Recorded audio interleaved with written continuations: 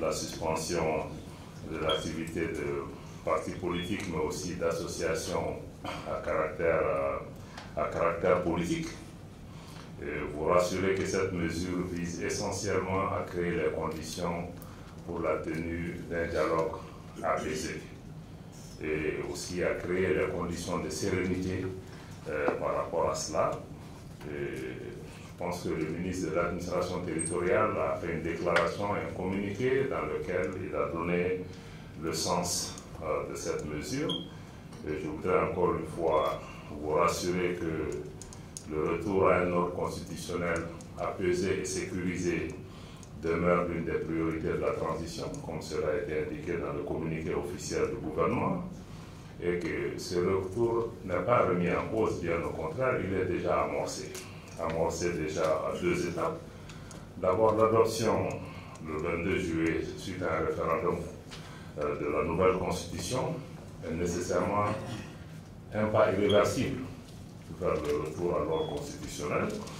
Et à la suite de ça aussi, il y a eu le réajustement du calendrier électoral qui va être limité essentiellement à l'élection présidentielle comme annoncé dans le communiqué numéro 60 du gouvernement du 25 septembre dernier.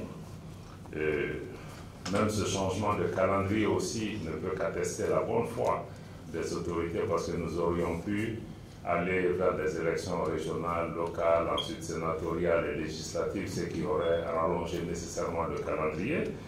Et après concertation des acteurs politiques et institutionnels, il a été convenu d'aller directement à l'élection présidentielle qui mettra fin au processus de transition et créera les conditions pour la tenue des autres échéances. Ces différentes priorités ne sont pas remises en cause. D'ailleurs, par rapport au calendrier électoral pour lequel aussi je pense qu'il y a beaucoup d'interrogations, de questions, de supputations, je voudrais encore une fois rassurer et rappeler le contexte et les conditions qui ont amené à ce report. D'abord, je pense qu'il y avait des difficultés par rapport au RAVEC, le mécanisme qui était là par rapport à la base de données pour la gestion du fichier électoral. Il y avait des problèmes techniques qui, pour l'essentiel, sont en train d'être surmontés et qui nous permettront de revenir dans le processus. Il y a aussi une série de lois électorales qui doivent être adoptées suite à la nouvelle constitution. Ce processus aussi aujourd'hui est à un niveau de maturation très très avancé. Il y avait aussi la question de la révision des listes électorales au niveau de l'autorité de gestion indépendante de gestion des élections qui est en cours. Mais une des difficultés majeures que nous avons rencontrées, c'est surtout par rapport au changement de posture de certains mouvements qui étaient des partenaires de l'État, dans le cadre non seulement du processus de sécurisation, mais même dans le processus de retour à l'ordre constitutionnel, parce qu'il y avait plusieurs parties du territoire national qui échappaient au contrôle complet de l'État malien, qui était assuré par ces mouvements, qui devaient aussi constituer des interlocuteurs de l'État malien pour même les opérations électorales. Et je pense que ce changement de posture des mouvements et même pratiquement le fait qu'il y ait un vide qui a été créé un contexte nouveau qu'il faut apprécier, évaluer, tant du point de vue sécuritaire que du point de vue du retour de l'État dans les localités. Et les formats sont en train de faire ces évaluations-là. Je pense que vous en êtes informés. J'ai touché aussi à la séquence des élections.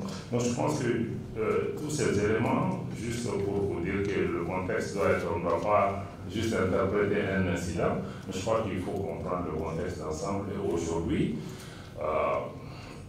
le dialogue intermalien tel qu'il est enclenché aussi se situe dans le cadre de ce processus d'ensemble de retour à un ordre constitutionnel apaisé, parce que la paix, la stabilité du pays sont essentielles pour tout processus politique. Donc je voulais vraiment pouvoir vous donner ces contextes et vous dire encore une fois que nous-mêmes, les ministres concernés, nous restons à votre disposition pour vous apporter des informations de première main. C'est vrai qu'aujourd'hui, le temps imparti ne nous permet pas de discuter directement de ces questions qui sont centrées sur la question du dialogue intermalien, mais nous aurons l'opportunité avec chacun de vous pour pouvoir vraiment vous rassurer qu'il il n'y a pas de remise en cause, il y a certainement des mesures qui sont prises pour répondre à un certain nombre de préoccupations de sécurité nationale.